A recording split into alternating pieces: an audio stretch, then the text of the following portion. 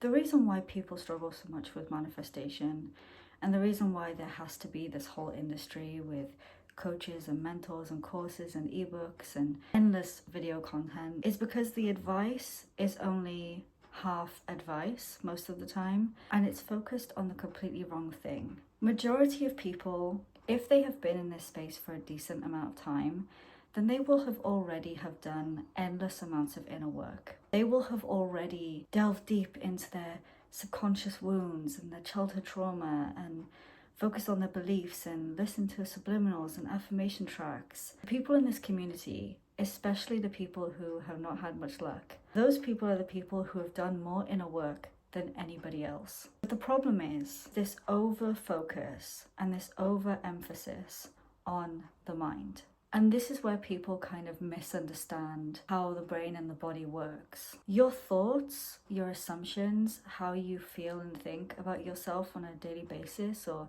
how you think the world works, that is only a piece of the puzzle. Of course, it impacts you in certain ways. If you think super negatively about everything, then you're going to see negativity everywhere. That's just the reticular activating system. But your thoughts are informed by something, right? They're not just random. And a lot of the time, they are informed by your emotions. I mean, think about it. It is so much easier to have positive thoughts and think that everything is amazing and everything's working out for you when you feel happy. And it's a lot harder to do that when you feel like crap, because they are connected. Your emotions and your thoughts inform each other. But where are these emotions coming from? Obviously, your thoughts can create a cycle accidentally where your thoughts are happening because you feel a certain way, which is making you feel worse and blah, blah, blah. But what's underneath all of that? You guessed it. It's your nervous system. A lot of the things that people say is subconscious beliefs or limiting beliefs, most of the time that type of stuff is not mental at all. It's actually somatic. Things like assuming failure, bracing for disappointment, a sense of urgency, feeling like, oh, maybe it's just not for me then, it's pointless. A sense of hypervigilance. Where is it? Why isn't it here yet? Difficulty with receiving or difficulty with uncertainty. All of these things are nervous system strategies, and they are there to keep you safe. It doesn't feel like it's there to keep you safe or to help you at all, but our very archaic nervous systems do not understand that the new and unfamiliar thing that we want is actually good. And even if it does, good things can still be perceived as scary by the nervous system if they are associated with certain emotions, because receiving can trigger vulnerability. If good things are associated with disappointment or unpredictability, guilt or pressure, even being seen, being perceived, or even things like a sense of effort, like, oh, if this thing happens or if we do this thing, then we're going to have a lot more responsibility. We're going to have to try harder. All of that stuff can cause your nervous system to freak out. So the antidote to this isn't about policing every single thought you have. Instead, it's about calming the nervous system down so that it can actually receive. And not just receive, but expand its capacity.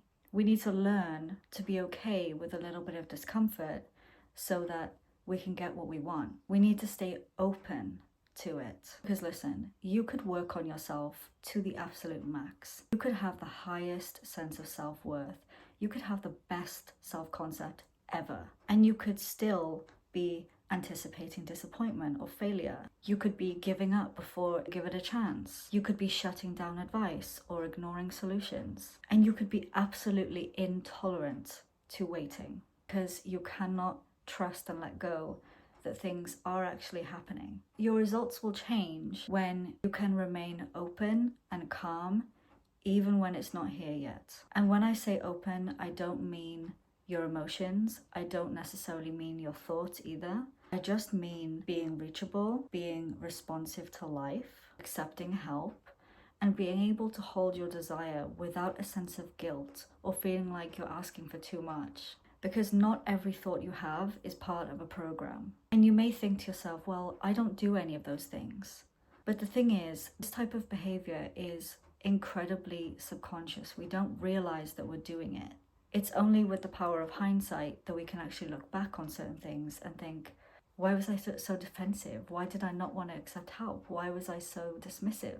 But in the manifestation community, there is so much focus on the mind. There's so much advice that is basically just repress everything. And so people are led to believe that their thoughts and their emotions are something that needs to be controlled. And what this does is it creates resistance and pressure on yourself, because you're expecting yourself to be perfect all the time and you're repressing how you really think and feel. It's the reason why when you just give up, things can come in, because you're not gripping so tightly to everything anymore. If you're constantly at war with yourself, how can you receive? In my last video, I talked about how I manifested BTS concert tickets without trying. I didn't do a technique, I didn't visualize, I didn't script, I didn't do anything that these gurus tell you to. I wanted to wait until this video so I could tell you the full story of how I was thinking and feeling while these tickets were manifesting. Because literally every single part of this manifestation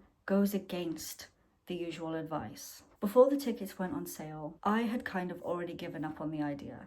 I did want to go, but I knew that getting tickets for BTS was borderline impossible, so I just didn't bother. I was like, you know what? I'm okay with not going, it's fine. That detachment, right? So we're doing well so far. But then later on that day, a friend of mine had put in our group chat that she had been gifted tickets by her friend. When I read this message, I was immediately filled with jealousy. I felt so shitty. I felt so disappointed. I kept thinking, why does this type of stuff never happen to me? Why am I not lucky like that? Negative thoughts, right? They're normal. Then, later on, I still felt quite bad. But that same friend messaged me and said, hey, I have spare tickets. Would you like to go? She could have offered those tickets to anybody, but she chose to give them to me. My initial response to this was honestly to be like, oh no, it's fine, don't worry, I won't bother. I felt the urge to shut it down. I felt the urge to reject it. I knew that this was something that could happen because I know about the nervous system. So I recognized that in myself, and I sat with myself and I was like, why am I rejecting this? This is literally what I wanted. So I pushed that aside and I said, yes, of course I would love the ticket. I stayed open to it. I accepted the offer. I took the opportunity. However, immediately following saying yes to the ticket, I was filled with a sense of fear. I immediately sat there and was like, holy fuck, I'm scared. Which sounds strange because like, it's a concert ticket. Why are you so afraid of a concert ticket? It's not my first concert. And it comes back to what I was saying about good things can sometimes lead to fear because they mean effort, they mean newness. And all of these things were coming up for me in that moment.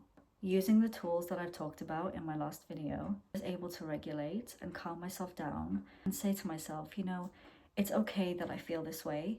It's okay that I'm feeling scared. This is something I wanted and we're still gonna do it. Our emotions are not our enemy. And like that story proves, you can be feeling negative, you can be feeling like shit, you can have negative thoughts and still manifest. Therefore, your thoughts and your emotions are not what make you manifest. If it was down to my thoughts, then those tickets should not have been offered to me because I was feeling negative and I was thinking negatively in that moment. So there has to be something underneath that. Emotions only become the problem when we treat them like a problem. We choose to repress them and ignore them and push down instead of just letting them be there, acknowledging them, naming how we feel, and just letting it pass through us. Because they do pass, even if they feel really intense in that moment. You can still remain open with a regulated nervous system, even when you're feeling strong emotions. Because we are not our emotions. We are also not our thoughts. We just observe them. We don't have to cling to them. We don't have to make them mean anything. We don't have to make them part of our identity, but we can coexist with them. We don't have to fight them. What I like to do when I'm feeling very, very strong emotions is I just let it be there. I journal it out. I write down on a piece of paper how I'm feeling, how I'm thinking, and I just get it out of my system that way. And then I also like to do something physical to kind of expel that physical energy. And this doesn't have to mean a really difficult workout or anything. This is sometimes literally just cleaning my kitchen countertops or mopping the floor or something like that. But the point is that we are not treating our emotions or our thoughts like an enemy. Because like I said, it only leads to resistance and pressure. We don't want to treat the symptoms. which is the thoughts and the emotions. We want to treat the cause, the nervous system. So by using all of these nervous system regulation techniques, we can convince the nervous system that yes, we are indeed safe. And even in that in-between stage where things haven't come in yet, we are still safe, we are still okay. And we don't need to resort to these destructive behaviors. We don't need to quit early. We don't need to pivot constantly. We can accept it. We can allow it. I hope this makes sense to people, and I hope I'm making myself clear when I say that if you are only ever focusing on being perfect or being a certain way or trying to change yourself, you are subconsciously telling yourself that you, as you are, experiencing human thoughts and emotions, are not enough to have the thing you want. You have to be a different person. You have to completely rewrite your identity. And that doesn't mean that you don't need to work on certain skills. Like obviously, if you're manifesting money, then you need to have some skills in money. You need to educate yourself about money. That goes without saying. It's not the same as fundamentally who I am as a person isn't enough right now. So I need to do endless inner work on myself in order to bring this thing in. I really hope I'm making myself clear. If you have any questions about this, please leave them in the comments and I will definitely get back to you. I can also talk more about the brain part of the body-brain method, where you're actually using more kind of traditional manifestation techniques. Leave a like if you liked the video, maybe subscribe if you want to see more, and I will see you in the next one. Thank you for watching. Bye.